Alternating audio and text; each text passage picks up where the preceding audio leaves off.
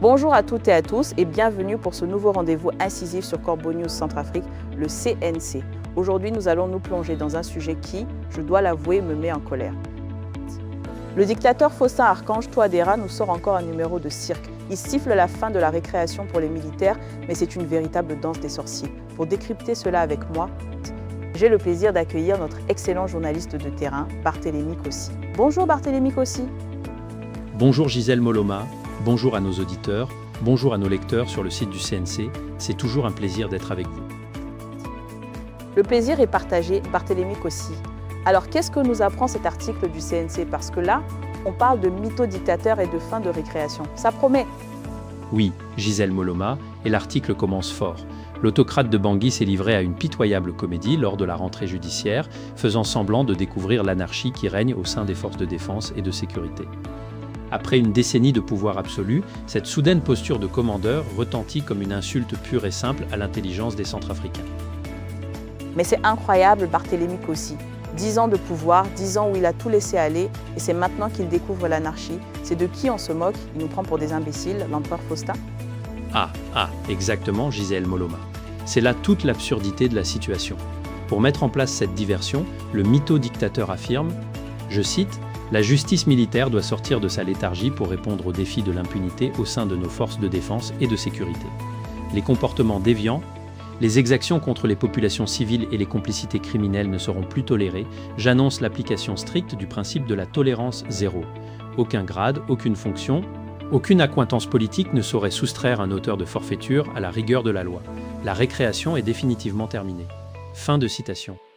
Ce numéro de prestidigitation politique essaie de dissimuler une réalité solide. Le désordre sécuritaire et l'impunité ambiante sont les purs produits d'un système que le dictateur Faustin-Archange Touadéra entretient et couve méticuleusement depuis 10 ans. Alors Barthélémy Kossi, cette fameuse tolérance zéro, c'est une façade, un écran de fumée. C'est pour cacher sa propre responsabilité dans ce chaos qu'il a lui-même créé, n'est-ce pas? Il est le premier à devoir s'appliquer cette tolérance zéro. C'est là que le bas blesse, Gisèle Moloma.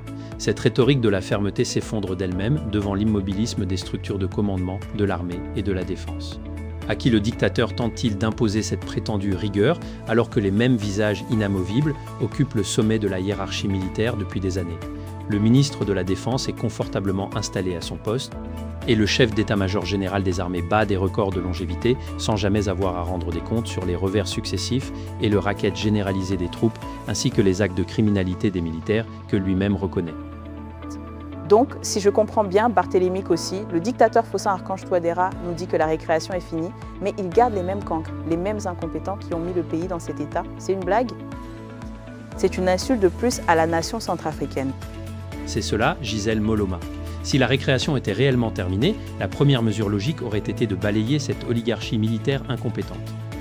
Le maintien de cette vieille garde prouve que le discours du dictateur n'est qu'un enfumage grossier destiné à amuser la galerie internationale. Et l'invocation des complicités criminelles atteint le sommet du cynisme et de l'hypocrisie politique.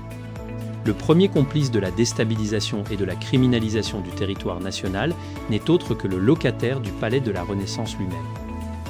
Attendez, Barthélémy Kossi. Il parle de complicité criminelle alors que c'est lui-même, l'empereur Faustin, qui a fait le choix délibéré de sous-traiter la sécurité nationale, la garde personnelle et le contrôle des frontières à des mercenaires et paramilitaires russes, leur offrant une immunité juridique totale et absolue. C'est de la pure schizophrénie politique. Absolument, Gisèle Moloma.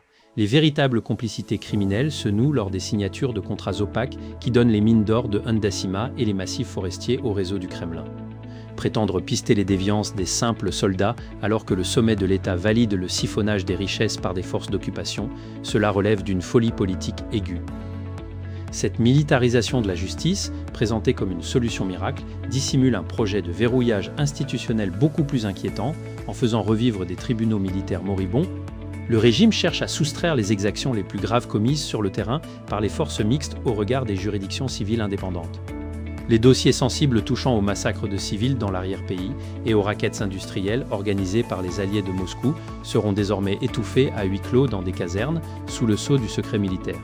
La prétendue tolérance zéro n'est qu'un outil d'épuration interne conçu pour terroriser les officiers subalternes qui oseraient contester la vassalisation de leur propre armée par les conseillers russes. L'illusion d'une justice martiale impartiale s'éteint définitivement devant la réalité d'un État en décomposition avancée, la population centrafricaine, prise en otage entre la violence des groupes armés traditionnels et la prédation des forces officielles associées aux instructeurs étrangers, sait parfaitement que les décrets verbaux du dictateur n'ont aucun effet sur le terrain. Le grand spectacle de la rentrée judiciaire n'était qu'un exercice de diversion pour faire oublier l'échec total d'un septennat usurpé, où la justice est devenue une marchandise et la souveraineté nationale un lointain souvenir piétiné par les bottes des occupants russes, avec la bénédiction complice du sommet de l'État. Merci Barthélémy Cossi pour ce décryptage implacable de la situation.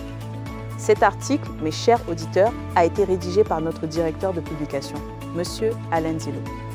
Et pour toutes vos réactions, pour nous faire part de vos témoignages, notre numéro de téléphone et WhatsApp est le +236 70 16 44 65. Merci de nous avoir suivis, Gisèle Moloma, et à très bientôt. À très bientôt Barthélémy Cossi, et merci à vous, chers auditeurs, de votre fidélité sur Corbeau News Centrafrique. La lutte continue